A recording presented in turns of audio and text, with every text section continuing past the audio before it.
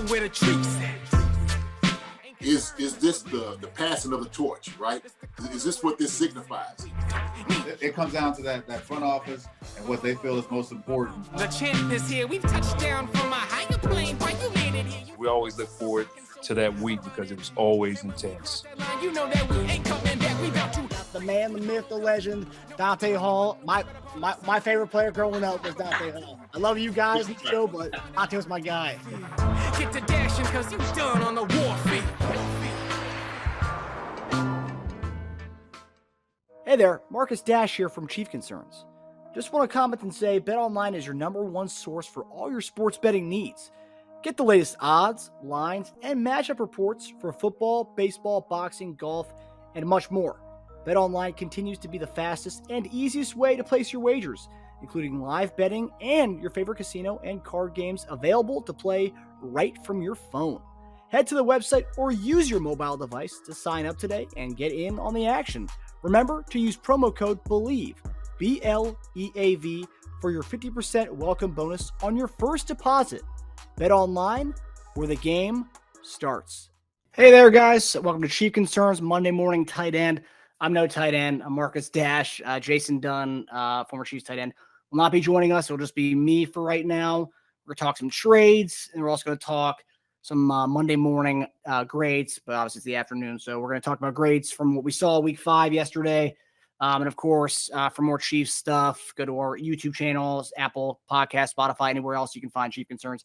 So right away, we're reaching trade deadline time. And, you know, people have been talking about moves we could make. I know Mike Evans has come up, but that's not going to happen the way Tampa Bay's fighting for a spot out there. I write down from people. Jones is another guy that people were talking about. But I'm going to go with some home cooking. I'm going to bring back a guy who has been making the waves on Twitter, and Frank Clark. Now, Frank Clark tweeted yesterday something along the lines of something needs to shake up or whatever. And some people are reading that as maybe he can come back home. Maybe Frank Clark can come back to Kansas City. Denver, I think at some point here, they're fielding calls for a lot of guys.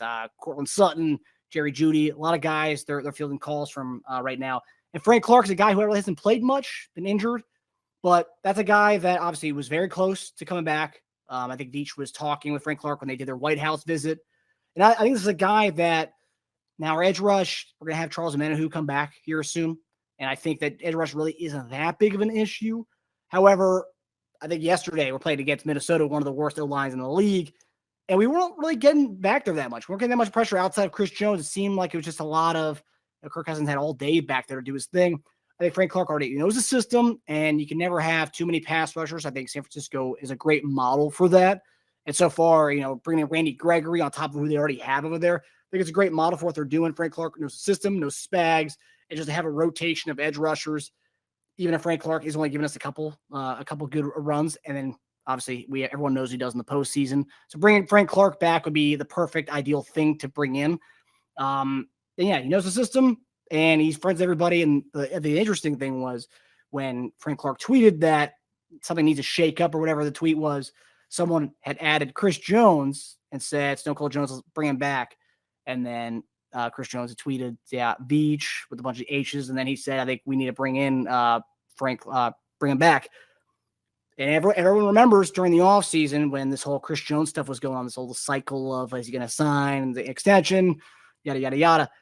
You talk about bringing Mike Pennell and Frank Clark, the two guys he wanted to bring back to run it back in Kansas City.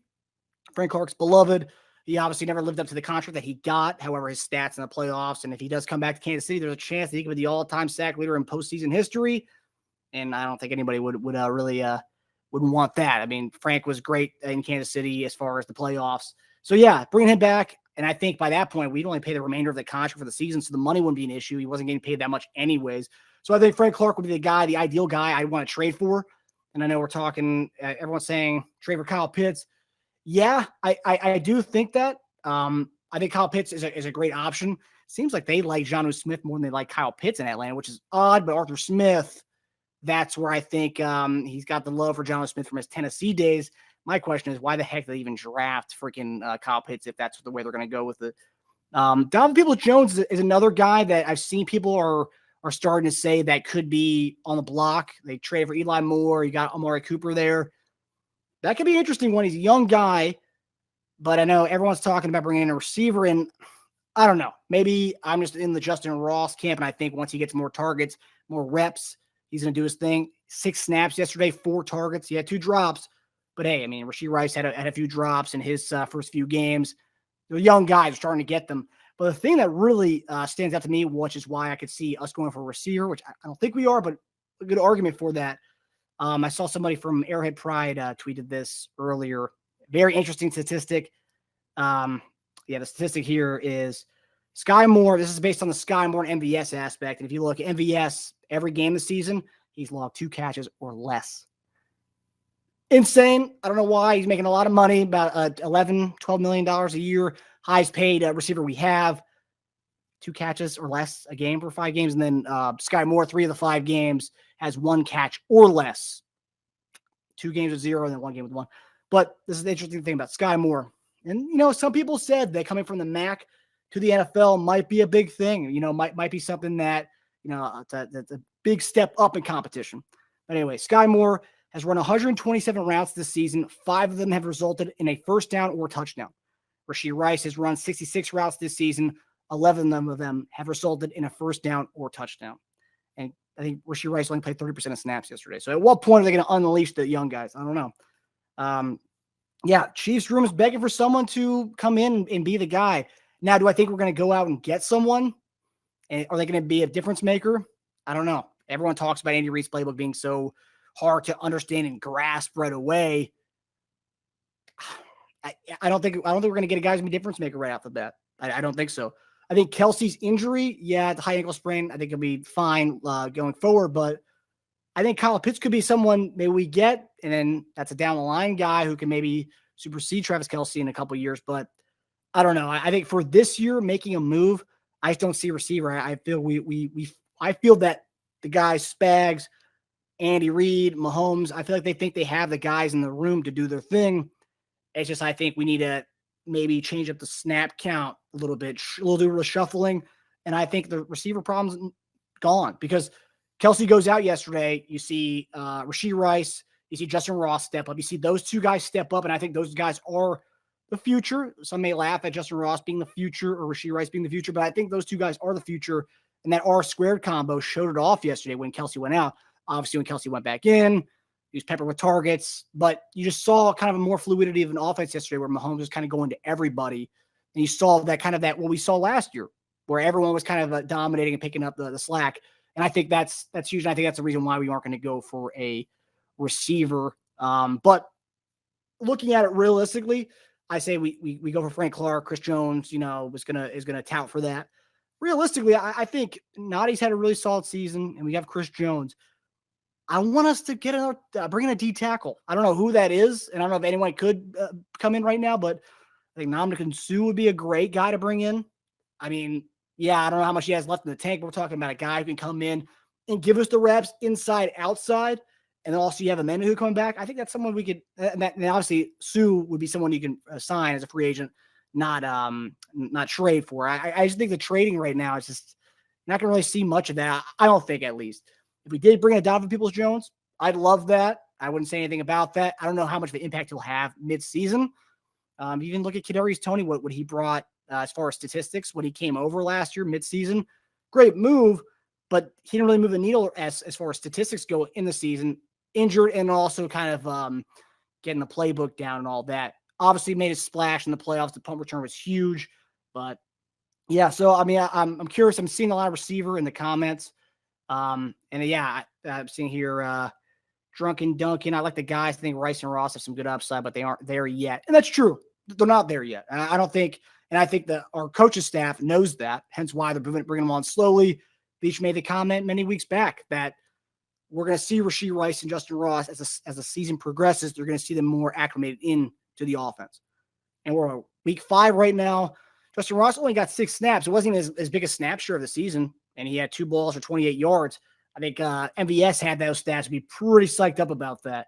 So that's my take on the trade aspect.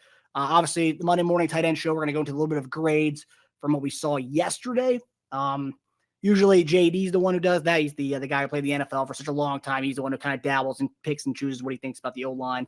So, and everything else. But I'm gonna do my best to do my grades for today. I hope everybody in the comments keeps your comments.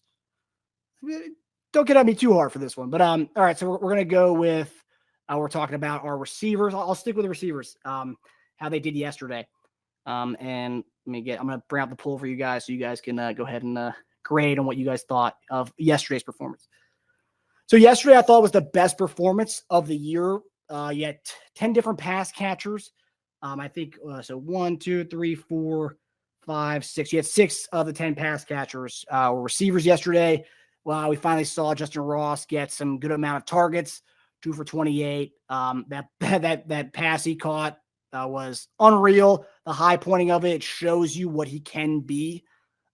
He's not there yet, as you're seeing in the comments, but that is the potential there. And that is why bringing in another receiver may kind of prolong the kind of getting Justin Ross and these young guys acclimated to the game speed. Because you bring another guy, that's less reps we're going to be getting from Justin Ross.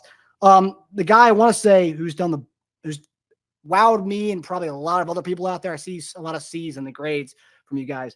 But I think Justin Watson needs to get his flowers. He was kind of crapped on by a lot of people this offseason. I wasn't the biggest fan of Justin Watson, and I think a lot of people were, you can see online, everyone's like, oh, cut Justin Watson. He's made the most clutch catches in every game so far this season. That catch yesterday really kind of rejuvenated everyone. It was a little spark plug for everybody. That should have been an interception, but Justin Watson went up there, man. He took the elevator up to the penthouse, as he said after the game yesterday. But yeah, great catch for Justin Watson. He's also another catch, the toe drag, which a lot of Minnesota Vikings fans are saying was not a catch. You slow it down, you freeze frame it, both feet are on the ground. That's a catch. So I'm going to go ahead and give the guys, listen for this, an A. And that's maybe because at this point in the season, we're not getting the production that we thought we would get from the receivers, especially with MVS and Sky Moore. Yeah, I think we have to kind of at some point change our whole perspective on what these receivers are going to give us. And I think what we saw yesterday was the best kind of overall how it's going to go this year. And that's everyone's going to get involved. 1 catch, 2 catches, 3 catches. And, Rashee Rice made the most of his opportunity with 30% snaps, 4 catches, 33 yards, and a touchdown. I don't know if anybody else took the anytime touchdown for Rashee Rice yesterday, but I did. He looked great. And I hope they continue to give him more snaps, because at some point I think we need to see less of MVS out there. I know he's making a lot of money. I want to see more of Justin Watson. I want to see more of Justin Ross. I want to see more of Rashee Rice. 30% snaps is criminal. He needs to be getting more snaps than that. So that's where I have the receivers. Let's go with the running backs now. Let's go over to the running backs. See, this is an interesting one. We did our normal go to the running backs and kind of go away from it yesterday. After we had that full recovery in the beginning of the game, we kind of went to the running game right away. We even had that wildcat run where I was direct snap to Pacheco. Pacheco took it, almost scored on it, but he ended up scoring play later. I'm going to give a B because we kind of went away from the run game. If you look at yards per carry, that was one of Pacheco's worst games as far as yards per carry, 16 for 55. However, the yards he was getting, man, tough running. Just tough running. We haven't had a guy like that. It's been a couple of years since getting a guy who could actually do that. Obviously, Kareem Hunt was that and more. But we're starting to see Pacheco kind of own the game a little bit, kind of seeing the game. The game's slowing down for him. He's waiting for his blocks. He's a more patient runner. But he's getting these tough yards that we just weren't getting before. And then it's night and day, because then when he does that, you put CEH in, it's like, oh, man, running people's backs, not going anywhere. But I will say CEH is a necessary guy to have, because we can't have – the way Pacheco runs is so aggressive. It's such – he stomps the ground like the ground owes him money. Like the way he runs – you need to have a guy to spell him. McKinnon's not really that spelling type. McKinnon has his own, what he does, his own niche, the pass blocking and being the receiver back out of the backfield. CH, 3 carries, 4 yards yesterday. It's just, I love CH coming out of college. I thought he was going to be great. We just don't use him properly. I mean, I really do think if CH is gone in the offseason, which I do think is going to happen, Cincinnati's going to pick him up. And I could see him being the perfect, like, what P. Ryan was for them. I could see him being that in that offense. We're just not using him in the way I think he should be best utilized, being more of a receiver back out of the backfield. But as far as being an every down back, I don't see it.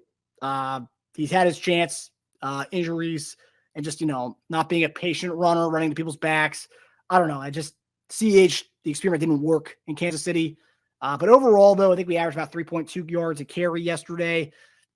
I liked what Pacheco brought to us, but overall, as a running back room together, I think I want to give it a B. I will say I was happy to see McKinnon being utilized more so than we have so far this season. We've been saying, for a lot, where is McKinnon? We're not really utilizing him. We utilized him a little bit out of the backfield yesterday.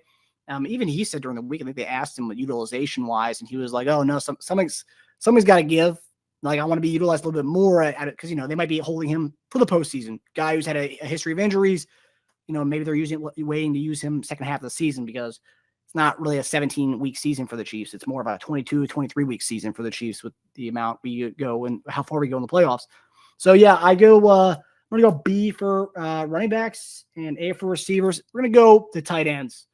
Now, JD usually does a great job with the tight ends, obviously. Those are his guys. But I'm going to do my best here. I don't think we could say enough about what Travis Kelce is to this team. He's the heart and soul of this team. He's a warrior, a guy who, I think everybody yesterday was scared and crying at the house when he went to the sideline and threw his helmet.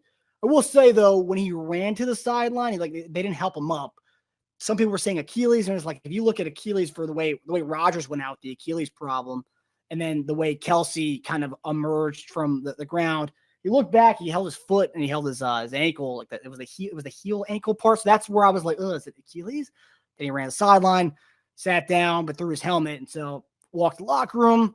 I was like, no, he might be done. I think he's done for the game. Then they come out after halftime. You see that guy trucking on the field, running on the field, a little tape on his ankle, trying to get in. They weren't letting him in at first, and they let him in. And what happened? We peppered that dude with targets. 10 catches, 67 yards. It seemed like we made a concerted effort when he came back in to get him the ball fast. And we weren't really doing that in the first half before he got injured. But he makes that amazing catch, which they try to say was an interception, where his butt was clearly down. Probably one of the worst challenges. I'm a Minnesota Viking fan right now. I am furious that they even challenged that. The way they handled the clock in the second half. I don't watch many Vikings games, but if that's the way all their games are as far as clock management goes, that was wild. But yeah, Kelce, amazing. I'm going to give him an A. Noah Gray stepped up. Blake Bell was great in the running game a little bit.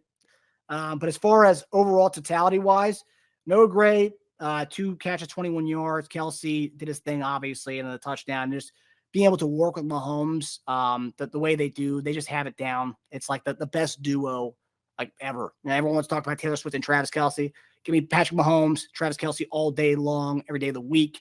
I love those two guys. I mean, and quite frankly, it'll be a sad day when that time is gone. I believe Carrington Harrison said, "Oh, this is father time, being undefeated." When we didn't know when Travis Kelce was going to be injured and how bad of an injury it was. So father time is not coming. It's undefeated, of course, but I think it's a long way to go till father time is coming at knocking at Travis Kelce's door because high ankle sprain or not, that guy came out second half, looked like a man possessed. I don't know if he's going to play on Thursday. I'm curious what you guys think. Should he play on Thursday? Denver's looking rough. We're a 10.5-point favorite at home. Should he play? I don't know. I think Noah Gray can handle the load, but I don't know. I think Travis Kelce doesn't need to play in that game on Thursday, but who knows? Obviously, we'll see what how bad the injury is. High ankle sprain. Couldn't keep Mahomes off the field.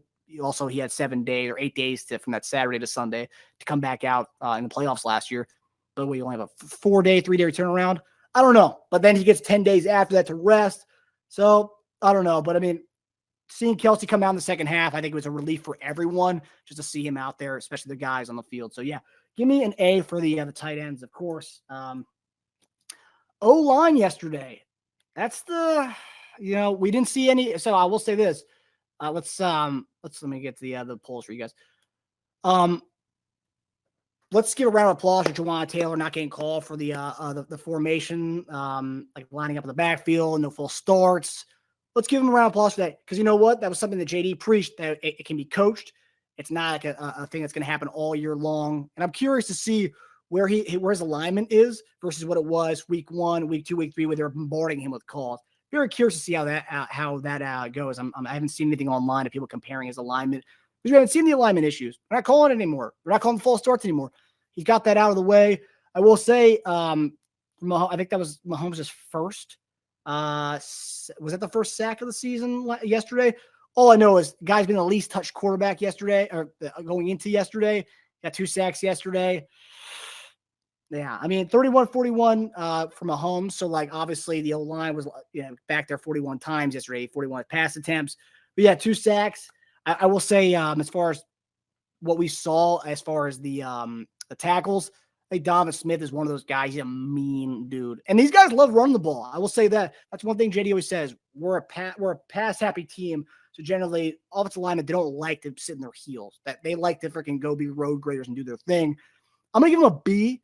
But I will say there's one play you guys need to look. It was when we're pushing the pile.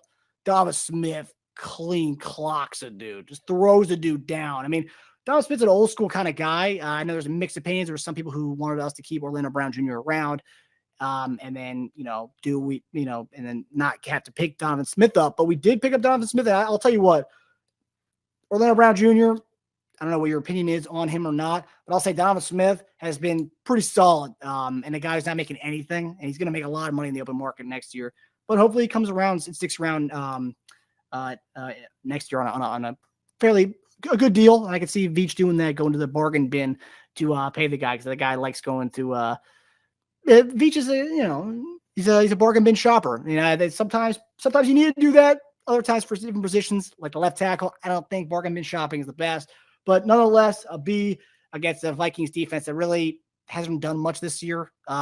So allowing 2 sacks, kind of rough there, but overall, I think they did a superb job.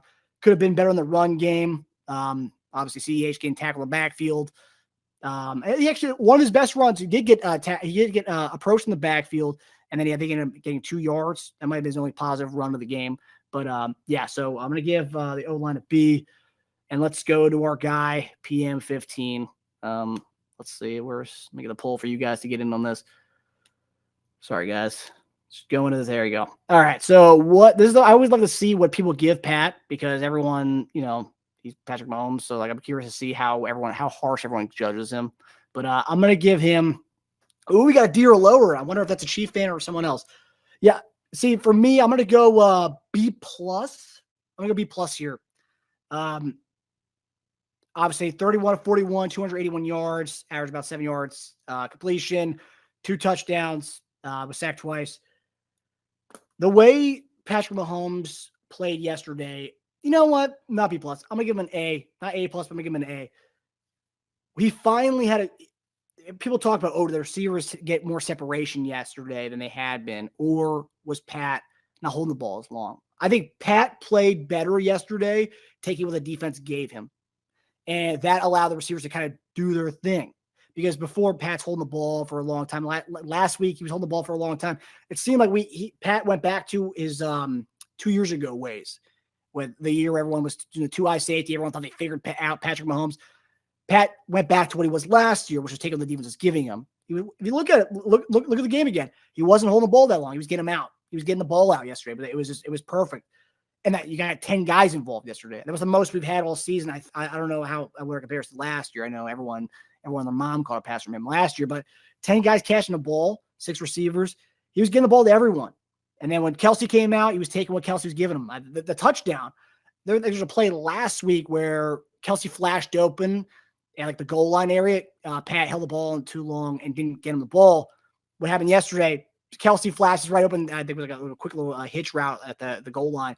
As soon as he turned around, Pat was there to throw it to him. There was one where Pat avoided the sack, kind of did that little kind of ran in a circle a little bit, and it was running toward the line of scrimmage. And he threw kind of like an angle route to Kelsey. They got him down to like the 2-yard line. But Pat played a great game yesterday. I think that what the receivers did yesterday, I know they gave the receivers an A. I'm giving Pat an A as well.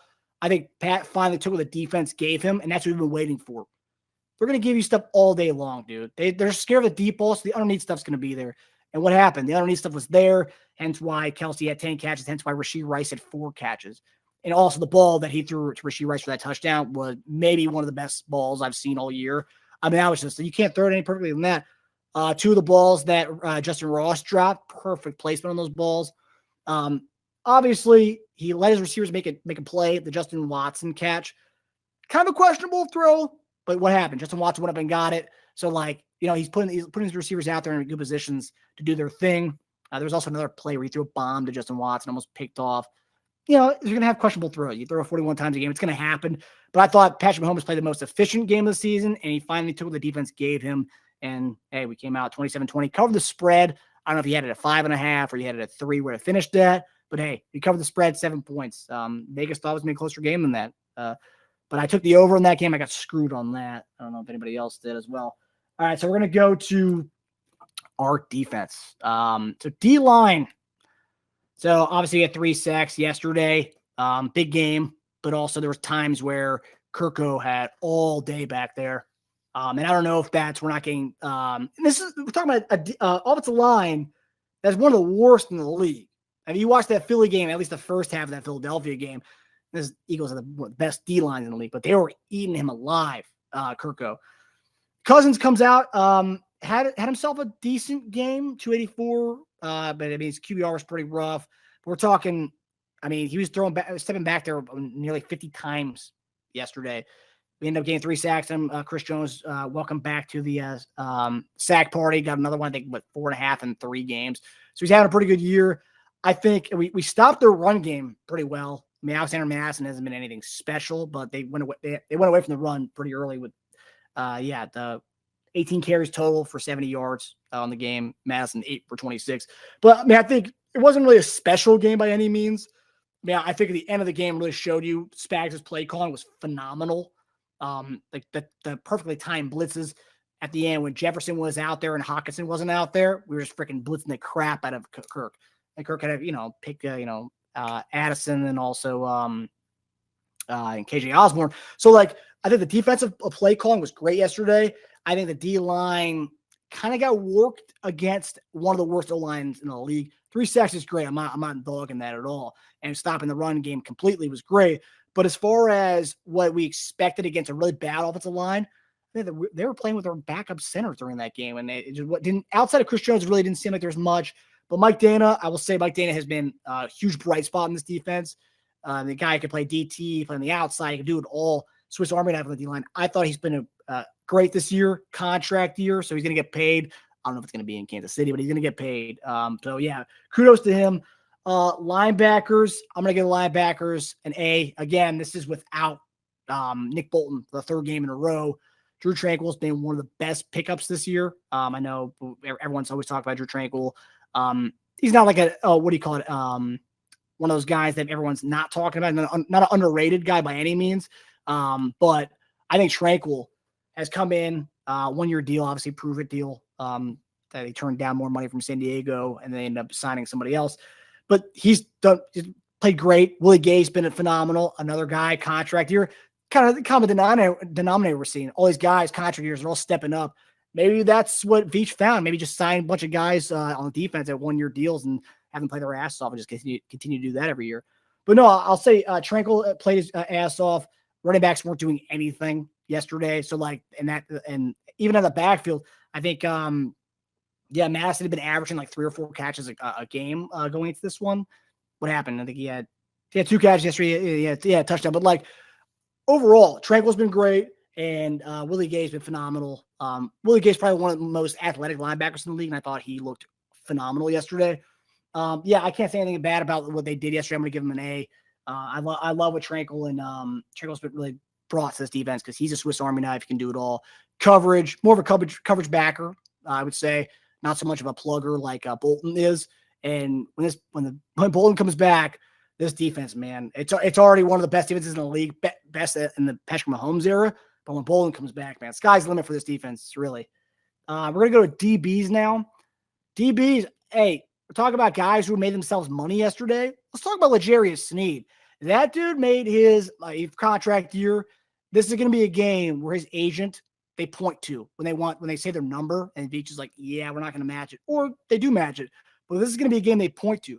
They literally made a concerted effort, and I think Spags said it today during his press conference. Justin Jefferson was the guy they wanted to phase out, and they wanted Sneed to be on him all over. And Sneed, man, he played his ass off. Jefferson had 3 for 28 or something like that. He left the game early, but fourth quarter early, But Sneed played his ass off. I think was was it he had the forced fumble yesterday? Was it him or was it Cook? I think Cook recovered it. Yeah, he was recovered. But yeah, defensively, this is another guy. We're talking about free agent acquisitions. Give me Mike Edwards. Where the hell did that guy come from? He has the only interception we have in the season. He almost had another interception yesterday, which I'm surprised we didn't pick off Kirk Cousins. Another bet that I had, I thought he was going to at least throw one pick in. Plus, we only have one interception on the season. We're due at some point. But Mike Edwards, I will say this. Tranquil has been a great addition, but the most underrated signing was the Mike Edwards signing from Tampa Bay. He had one pick yesterday, a few weeks back in Chicago, almost had one yesterday. But he's all over the ball. That guy's a ball hawk. But Snead did his thing. McDuffie continues to thrive, and probably one of the most sure tacklers. He was PFF's highest grade DB. I don't know where he is right now after yesterday, but sure tackler. He leads the league and leads a team in tackles so far going into yesterday. But I can't say enough about the DBs and what these guys have done. Now, will Snead get paid in the offseason? I don't know. That's going to be an interesting one. But yesterday, I know it was great for us as far as yesterday. I don't know how great that is for us in the long run because Snead's one of those guys, man. Another Swiss Army knife. I know a lot of people thought we drafted Shamari Connor from Virginia Tech to replace him. It's tough. It's tough to replace a guy like that. And I don't know if Shamari Connor can be that guy. He might be. Snead obviously wasn't a high pick from La Tech, but Snead's been everything we've been looking for a DB. For many years, going out and getting the veteran Bashad Breeland, Sean Smith, what we've kind of crafted and rose up with L'Jarius Snead from a rookie to now. He's been awesome. And if this is his last year, so be it. But I'm gonna miss him if it is his last year. But yeah, give me an A for the DBs. They've collectively played a really good season this year. And yeah, Justin Jefferson, the world beater, 3 for 28 yesterday. And even TJ Hawkinson. Let me say this about the linebackers going back and the safeties. We've been eaten up by tight ends this year. Laporta dominated us. Evan Ingram dominated us. Then yesterday, I know Hawkinson had a decent game, but by his standards, that wasn't the best game, right? 5 or 51, solid. He didn't reach any of his over-unders as far as Vegas had it. I think they had 53.5 receiving yards and then over 5.5 catches. So he didn't meet his over-unders yesterday. So I gotta say, hats off to the defense for stopping the tight ends finally. So yeah, that's where I have that. And last but not least, we're gonna go to our old friend Dave Tube here to end the show. We got degrading special teams. So we had an interference on the one of the punt coverages. I believe that was Nick Jones who interfered with the fair catch interference. Obviously not his fault, but that happens. But then the 4th and 2, where we left our defense in there to stop the fake punt. Now I know everyone said it's not Tube's fault. Sometimes defense the teams make better plays, and that's fair. But I feel like every week we're pointing to something special teams wise, and we're like what's going on here? Obviously, Dave Tube, we can point back to his history, Chicago Bears special teams coordinator during the Devin Hester years. Now, is that Devin Hester or is that just Dave Tube? And I will say this, Dave Tube has been solid for pretty much most of his career. It's only been the last 2 or 3 years where what's going on with Tube? And I don't know. It's a blunder that happens. And then also you talk about 10 penalties throughout the game. The only penalty that happened special teams wise was the fair catch interference. But I don't know. I feel like we definitely got a return man. So that's one check mark that we get down. Montreal Washington's a beast. I think he only had one return yesterday. It was a kick return that he had. I think he took it to the 25. In this day and age, 25 is a win as far as to ever returning. And honestly, in that case, take a touchback is good at the 25 anyway. But I will say I'm gonna give it special teams a C. They just every week I just want 1 week where you don't have something going on in the special teams department where it's you don't have to point to oh man, what's Tube doing? Oh, it's Tobe again. At what point are we going to just have a penalty-free game or just a mishap-free game from the special teams? I will say Montreal Washington has been great. Denver, thank you. And hopefully, we're playing Denver Thursday night. Hopefully we see a little Montreal Washington on offense. Maybe he gets does something on offense that can say, hey, what's going on, Denver? Give him a little peace sign, a little Tyreek Hill deuces. But I will say Montreal Washington has been a bright spot. And that's one thing that going into the season, who's going to be a return man? Is it Sky Moore? Is it Richie James? And I think when Richie James does return from his on IR, he's he's not going to have a spot as far as special teams wise, because that's Montreal Washington's spot all the way. Probably one of the best in-season acquisitions, I will say.